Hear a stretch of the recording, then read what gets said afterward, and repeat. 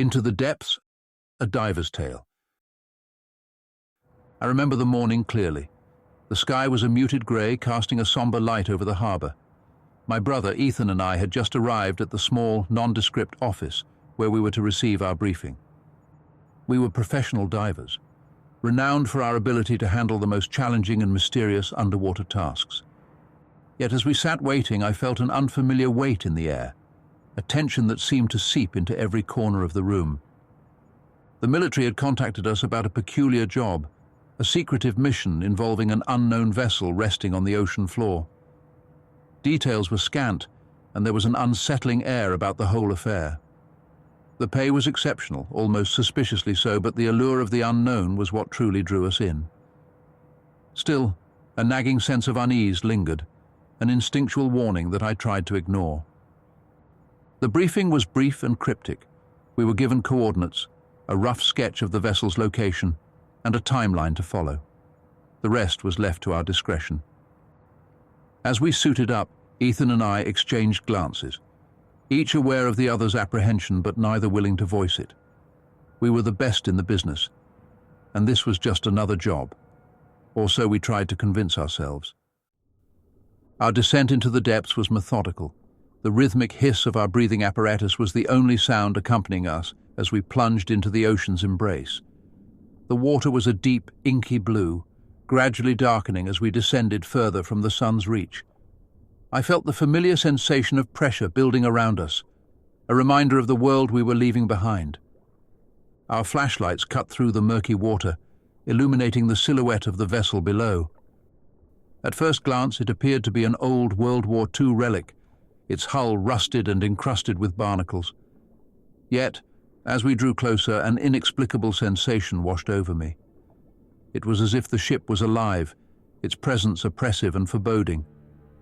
The feeling intensified when we noticed subtle signs that the ship wasn't entirely abandoned. A faint light flickered from within, and the water around us felt unnaturally cold. As we approached the vessel, I couldn't help but recall the stories we had heard over the years. Tales of ghost ships and vessels cursed by their dark histories. I had always dismissed them as fanciful exaggerations, but now, faced with the reality of this enigmatic ship, I wasn't so sure.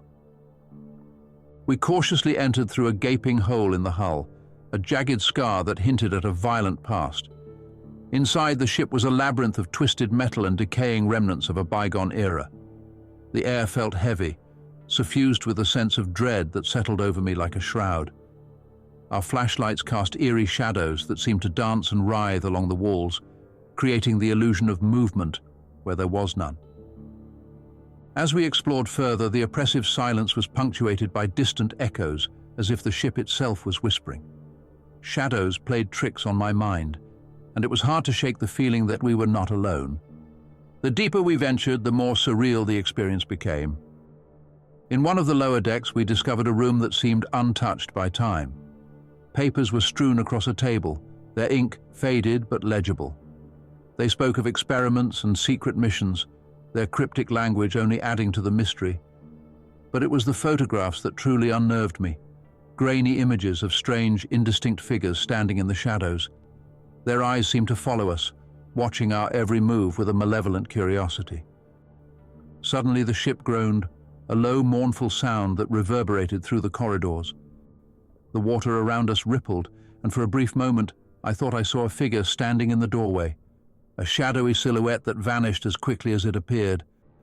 Panic surged through me, and I gestured to Ethan that it was time to leave. Our exit was fraught with tension, each step seeming to take an eternity. The ship seemed to close in around us, the corridors shifting and twisting in ways that defied logic. My heart pounded in my chest, and every instinct screamed at me to escape. Finally, we reached the breach in the hull and swam out into the open water. The oppressive weight lifted, and I gulped in deep breaths, grateful for the familiar embrace of the ocean. As we ascended, I glanced back at the vessel, its shadowy form disappearing into the darkness below. Ethan and I never spoke of what we encountered that day. The military debrief was perfunctory, their questions pointed but unrevealing. We accepted our payment and tried to move on, but the memory lingered, a haunting reminder of the unknown lurking beneath the waves.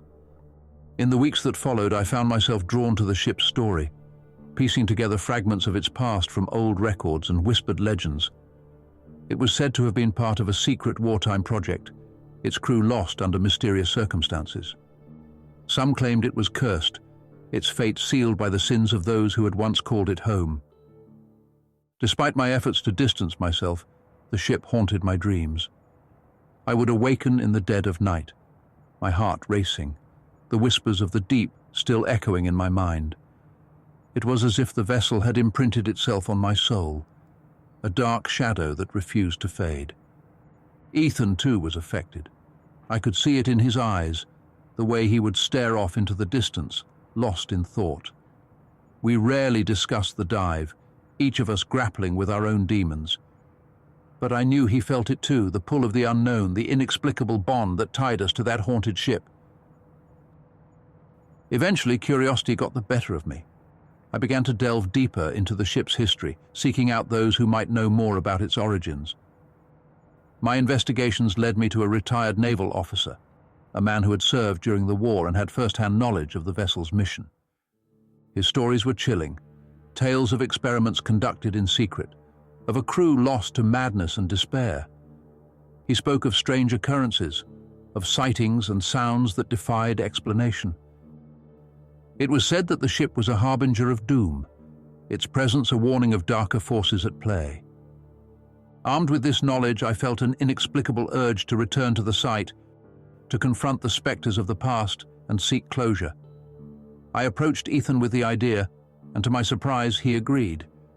It was as if he too needed to face the shadows that haunted us.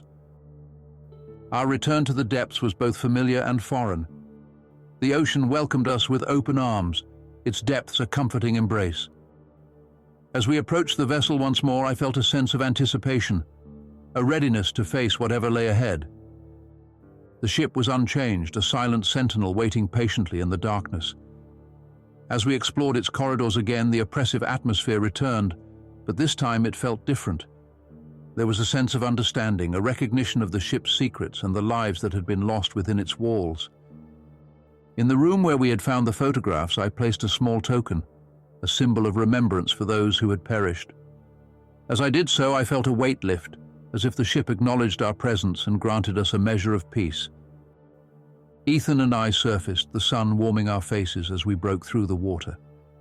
We exchanged a glance, a silent understanding passing between us. The ship's story was part of us now, a chapter in our shared history that would never be forgotten. Though the vessel remains a mystery, its whispers have faded, leaving behind only echoes of the past. And while I may never fully understand the forces at play, I have come to accept that some mysteries are meant to remain unsolved, their secrets buried in the depths of the ocean, waiting for those brave enough to seek them out.